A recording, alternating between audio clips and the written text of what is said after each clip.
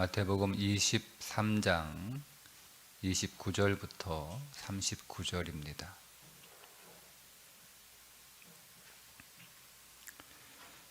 화 있을진저 외식하는 서기관들과 바리새인들이여, 너희는 선지자들의 무덤을 만들고 의인들의 비석을 꾸미며 이르되, 만일 우리가 조상 때에 있었더라면 우리는 그들이 선지자의 피를 흘리는데 참여하지 아니하였으리라 하니, 그러면 너희가 선지자를 죽인 자의 자손임을 스스로 증명함이로다. 너희가 너희 조상의 분량을 채우라. 뱀들아, 독사의 새끼들아, 너희가 어떻게 지옥의 판결을 피하겠느냐. 그러므로 내가 너희에게 선지자들과 지혜 있는 자들과 서기관들을 보내매 너희가 그 중에서 더러는 죽이거나 십자가에 못 박고, 그 중에서 더러는 너희 회당에서 채찍질하고 이 동네에서 저 동네로 따라다니며 박해하리라. 그러므로 의인 아벨의 피로부터 성전과 제단 사이에서 너희가 죽인 바랴가의 아들 사가랴의 피까지 땅 위에서 흘린 의로운 피가 다 너희에게 돌아가리라. 내가 진실로 너희에게 이르노니 이것이 다 이 세대에 돌아가리라. 예루살렘아, 예루살렘아, 선지자들을 죽이고 네게 파송된 자들을 돌로 치는 자여, 암탉이 그 새끼를 날개 아래 모음같이 내가 네 자녀를 모으려 한 일이 몇 번이더냐. 그러나 너희가 원하지 아니하였도다. 보라, 너희 집이 황폐하여 버려진 바 되리라. 내가 너희에게 이르노니 이제부터 너희는 찬송하리로다. 주의 이름으로 오시는 이여 할 때까지 나를 보지 못하리라 하시니라. 아멘.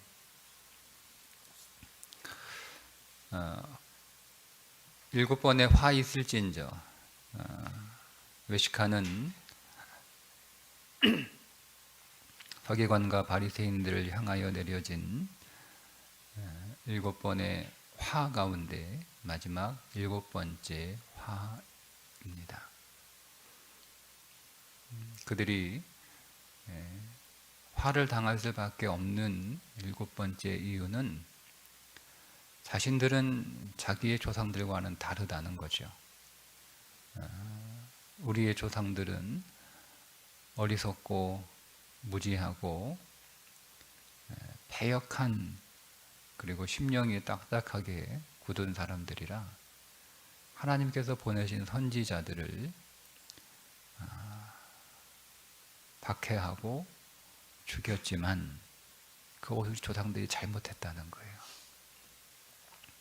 그러면서 그 조상들이 죽인 선지자들의 무덤을 만들고 그 무덤에 비석도 세우고 그들을 기리는 기념비도 세우고 이렇게 하면서, 만약 내가 그때 살았다라면, 내가 만약 그때 있었다면 나는 그들 중에 참여하지 않았을 것이다, 이렇게 말하고 다녔습니다. 그런 그들의 모습을 예수님께서 꾸짖는 거죠.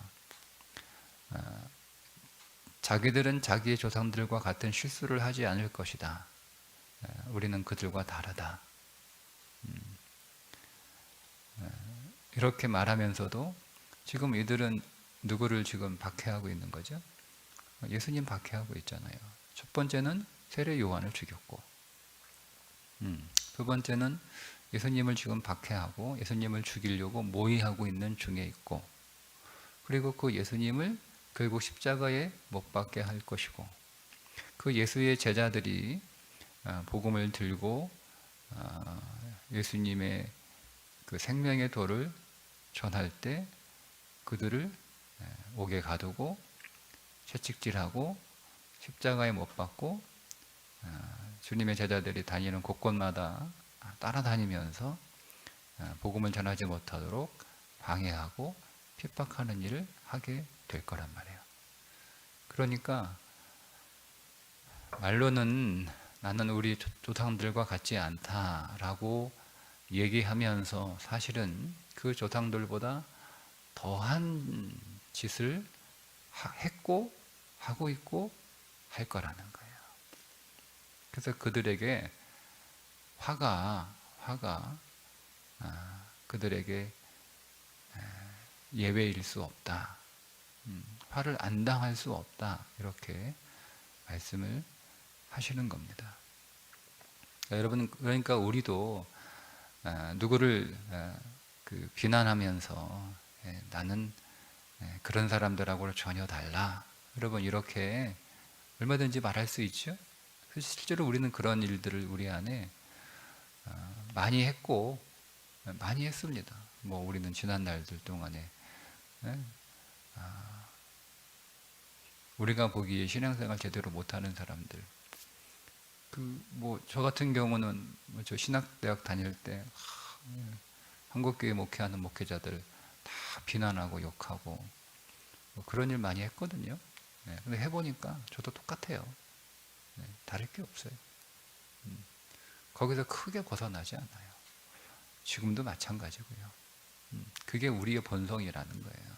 우리는 마치 의로운 사람인 것처럼, 나는 저들보다 훨씬 더 잘할 수 있는 것처럼, 나는 저들보다 훨씬 더 깨끗한 것처럼 그렇게 막 제가 신학 때 얼마나 울분을 토하고 얼마나 했겠어요.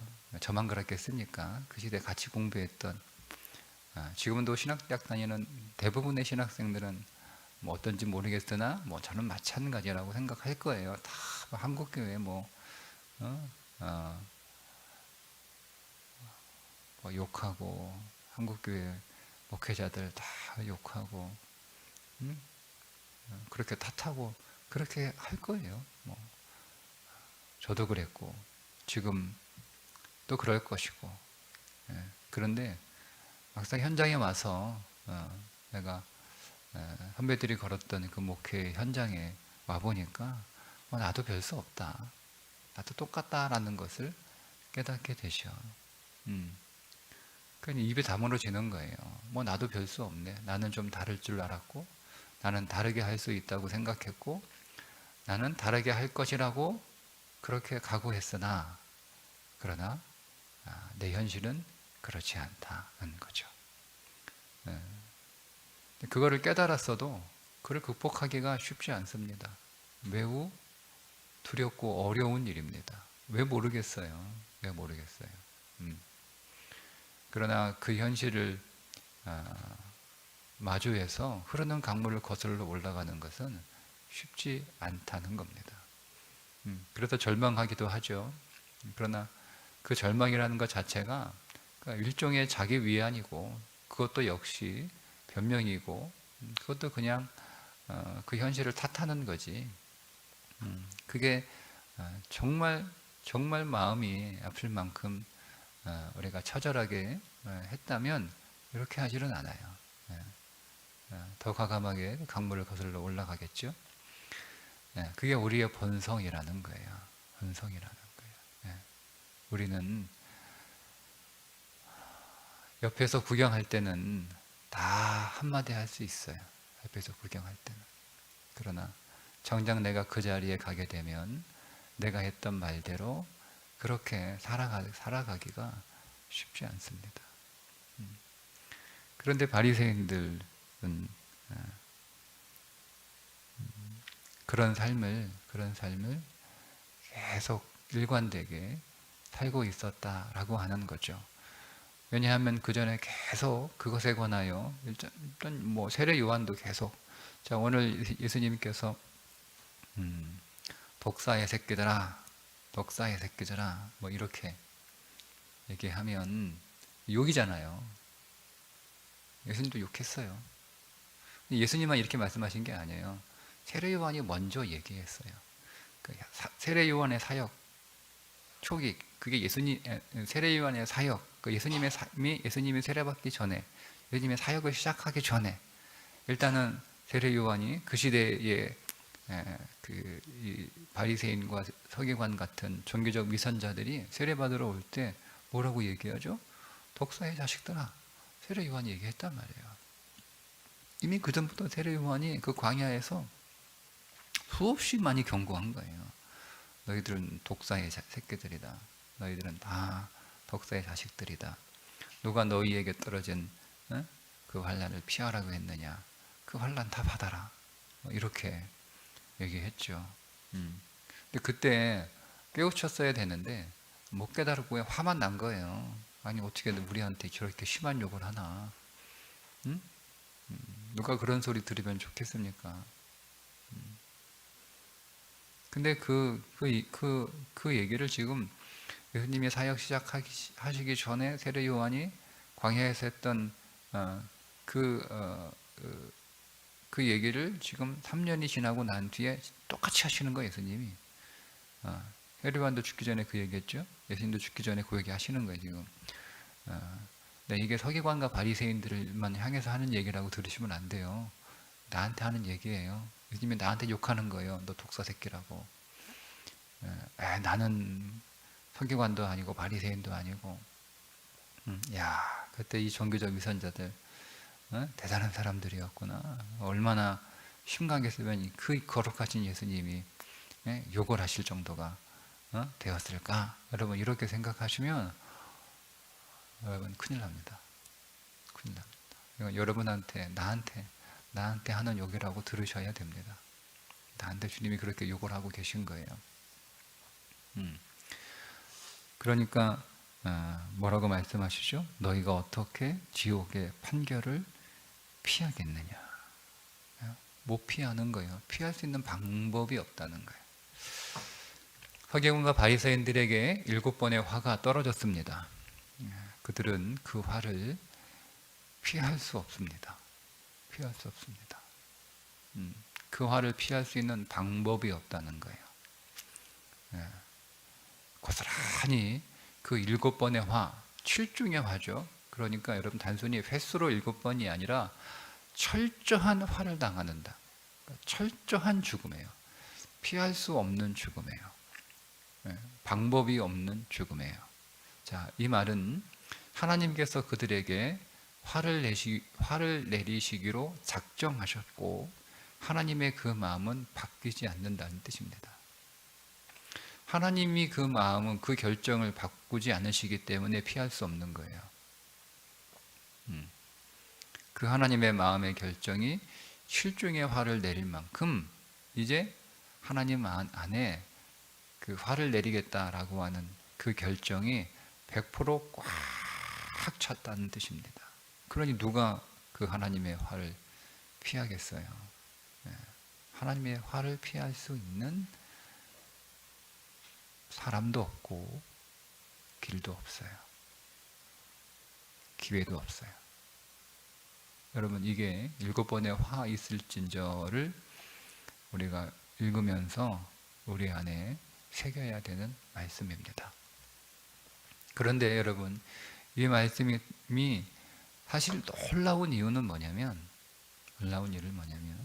우리가 7번 읽으면서 우리가 이것이 내가 당할 화구나, 이것이 내 모습이구나. 1번, 2번, 3번, 4번, 5번, 6번, 7번 우리 자신을 마치 거울을 보듯 우리 자신을 우리가 보면서 우리는 절망해야 되는 거예요. 우리는 절망해야 되는 거예요. 그 절망에 이르게 되었을 때 오늘 이 마지막 말씀이 우리에게 복음이 되는 겁니다. 뭐라고 쓰여 있죠? 찬송하리로다. 찬송하리로다. 왜 찬송합니까? 찬송하리로다. 이제부터 너희는 찬송하리로다. 왜 찬송합니까? 그 화가 누구한테 떨어졌어요? 예수님한테 떨어졌어요. 그 화가. 여러분 예수님이 십자가에서 죽으신 그 죽음이 세리와 창녀와 그런 아주 양심이 있는 크게 범죄하지만 양심이 있는 돌이킨 사람들, 뉘우치는 사람들, 회개하는 사람들, 그런 사람들만을 위해서 예수님이 십자가에 죽으신 것 같죠. 여러분, 예수님은 누구를 위해서 죽으셨냐면 철저하게 출중의 화가 떨어질 수밖에 없는 이 외식하는 자라고 주님께서 7번이나 꼬집는 이 서기관과 바리새인들, 오늘 말씀처럼 지옥의 판결을 피할 수 없는 자들, 도저히 불가능한 자들, 깨달으라고 그렇게 수없이 많은 사람들을 보내서 말씀하시고, 심지어 예수님께서도 그렇게 그들을 향하여 어떤 마음으로 지금 예수님께서 그들에게 이런 화선언을 하신다라고 말씀하고 있죠. 암탉이 새끼를 품는 심정으로 지금 화를 선언하시는 거예요. 우리가 잘못 읽으면 안 돼요. 막 불같이 화가 나가지고 예수님이 그들을 막 저주하는 그런 아주 성난 표정의 그런 예수님의 얼굴을 여러분 상상하시면 안 돼요. 예수님은 지금 그들에게 화를 선언하고 있지만 예수님의 마음은 어떤 심정으로 그들에게 화를 선언하고 있냐면 암탉이 새끼를 품는 것 같은, 품는 그런 심정으로 예수님께서 그들에게 화를 선언하신 거예요. 그런 서기관과 바리새인들을 위해서도 예수님이 십자가에 죽으셨다는 겁니다. 정말 화를 당해도 마땅한, 전혀 그들에게 화를 내려서 그들을 처절하게 멸망시켜도 전혀 후회가 없을 것 같은 사람들이에요. 그 화가 전혀 후회가 없을 것 같은 사람들, 그런 사람들을 위해서 예수님이 십자가에서 죽으셨다는 겁니다. 그래서 찬송하리로다가 마지막 나오는 거예요. 이게 마태가 하고 싶은 이야기예요. 지금 예수님이 십자가를 향해서 걸어가고 계신데 지금 사흘째 화요일이잖아요. 그러니까 내가 왜 십자가를 향해서 걸어가는지, 내가 누구를 위해서 십자가를 위해서 걸어가는지, 잘 살아보려고 하는 사람, 열심히 살아보려고 하는 사람, 그러나 안 됐던 사람들, 상황이나 형편이 그들의 운명처럼, 그 불리한 상황이 그들의 운명처럼 그들의 인생에 꽉 달라붙어서 거룩하게 살고 싶고 하나님 잘 믿고 싶고 그렇게 살아보려고 했으나 안 됐던 사람들만을 위해서 지금 예수님이 십자가의 길을 가고 계신 것이 아니라는 겁니다. 겉으로는 잘 사는 척 그렇게 살고 있지만 사실은 그 안으로 온갖 더러운 것들로 가득 찬, 그래서 그들의 마음은 전혀 그렇게 잘 살고 싶은 마음이 없는 사람들이에요.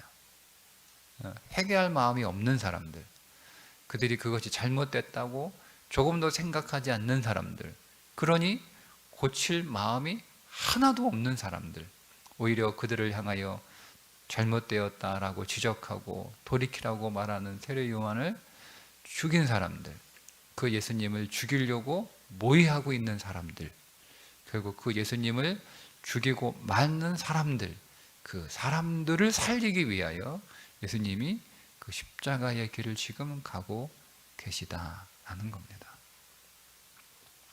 우리가 여러분 이 셋째 날 주님께서 외식하는 서기관과 바리새인들을 향하여 하셨던 그 말씀을 우리가 우리 마음 가운데서 곰곰이 묵상해서 그 진리가 내 것이 되면 주님의 십자가는 달라지는 거예요.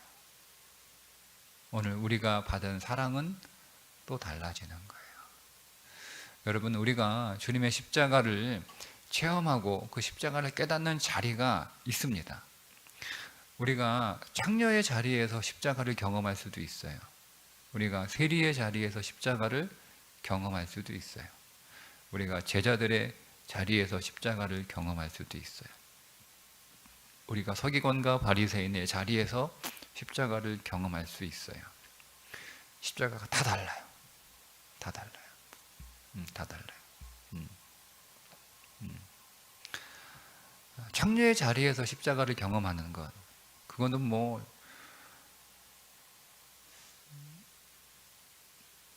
그 십자가를 부정할 수 없고 부인할 수 없죠. 근데 저는 오늘 우리가 어디가 이렇게 자리를 계속 옮겨가면서 우리 안에 십자가의 의미가 계속 새로워져야 된다라고 생각이 됩니다. 창녀의 자리에서 그보다 조금 나은 세리의 자리로, 그보다 조금 더 나은 제자의 자리로, 그보다 조금 더 나은 외식하는 위선자들의 자리로 갈수록 십자가의 무게는 달라지는 거예요. 달라지는 거예요. 여러분, 누가 십자가의 그 은혜가 가장 크게 느껴질까?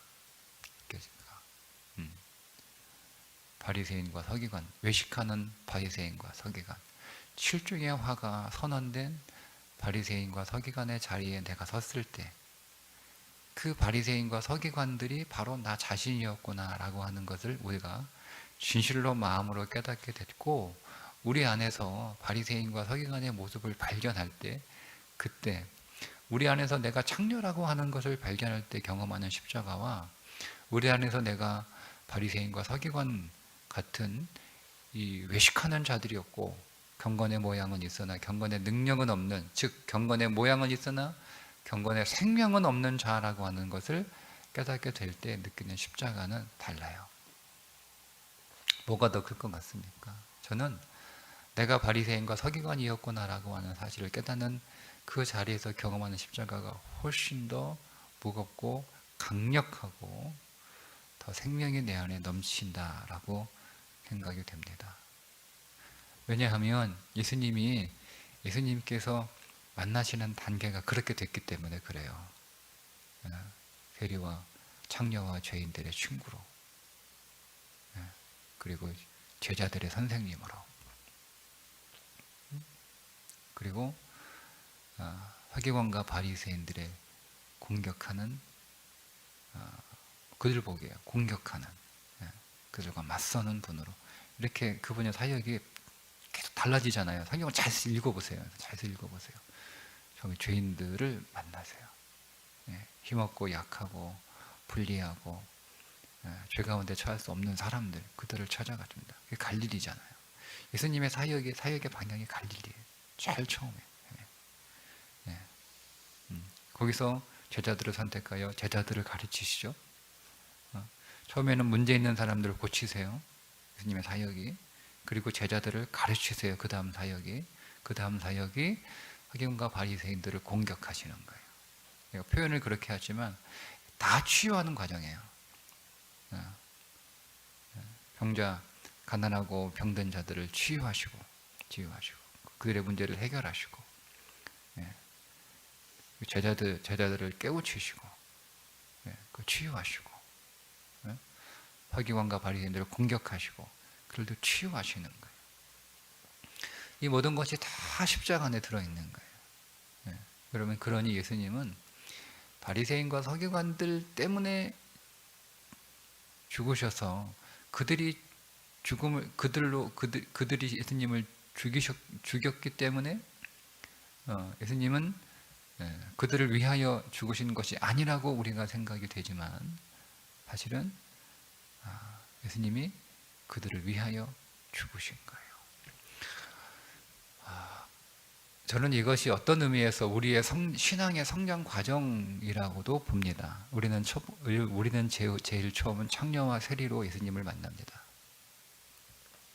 그게 우리가 처음 예수님을 만나는 우리의 모습입니다. 그 다음 우리는 예수님을 제자로 만나죠. 그렇죠?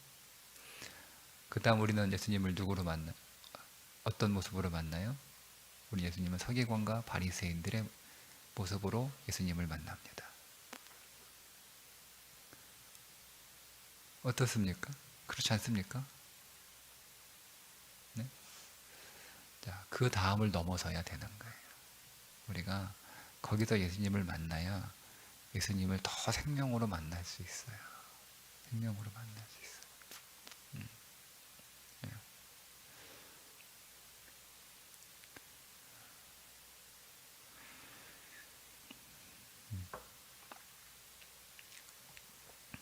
마지막 29절, 39절 한 번 더 보겠습니다. 내가 너희에게 이르노니 이제부터 너희는 찬송하리로다. 그렇죠? 그래서 오늘 우리에게 화가 떨어지지만 그것 때문에 두렵고 절망하고 낙심하고 그래서 떠는 자들이 아니라 내게 떨어질 이 화가 예수님께 떨어졌구나. 예수님이 화를 대신 받으려고 내게 오셨구나. 내가 어떤 사람이에요? 나는 세리와 창녀 수준이 아니에요. 나는 어리석은 제자의 수준도 아니에요. 나는 외식하는 서기관과 바리새인 수준의 죄인이에요. 나는 독사의 새끼 수준의 죄인이에요. 그런 나를 살리시기 위하여 예수님이 오셨구나. 여러분, 이것이 우리 가운데 마음으로 깨달아지고 우리의 심령 안에서 경험이 되면 진실로 우리의 입술을 통하여 찬송밖에 나올 것이 없습니다. 우리가 어떤 상황에 처해 있든 우리가 어떤 일을 당하고 있든 우리의 입술을 통해서 나올 수 있는 건 찬송밖에 없어요. 우리가 사순절을 보내고 있고 이제 곧 고난주간을 우리가 맞이하게 되고 또 부활이 우리에게 찾아오는데 이번 우리 고난주간에는 우리를 사랑하신 그 예수님의 사랑이 우리의 심령에서 더 경험되고 더 누려지고 그래서 우리 안에 그 위대한 사랑이 다시 한번 회복돼서 우리 온 교회가 부활의 날에 주님을 찬송하는 그런 2023년 부활절이 되기를 소망하면서 기도하시고 그렇게 지내시기를 주님의 이름으로 축복합니다. 기도하겠습니다. 하나님은 오늘 우리에게 7번의 화가 선언되고 우리는 그 화를 피할 수 없는 지옥의 판결을 결코 피할 수 없는 존재인 것을 사순절을 지내면서 하나님 깨닫게 하시고 오늘 우리 안에 진리의 영을 더 부어주셔서 우리가 어떤 존재인지를 더 보게 하심으로 우리를 위하여 죽으신 십자가의 그 사랑을 우리의 심령 안에서 더 크게 경험하고 누리는 사순절 되게 하여 주옵소서. 그리하여 우리에게 임하신 그 위대한 주님의 사랑을 우리가 더 회복하게 하시고 그 사랑을 우리의 심령에 더 담게 해 주셔서 오직 우리의 입술을 통하여 주님을 향한 찬송만 나오는 인생으로 더 나가게 하여 주옵소서. 예수님의 이름으로 기도드리옵나이다. 아멘.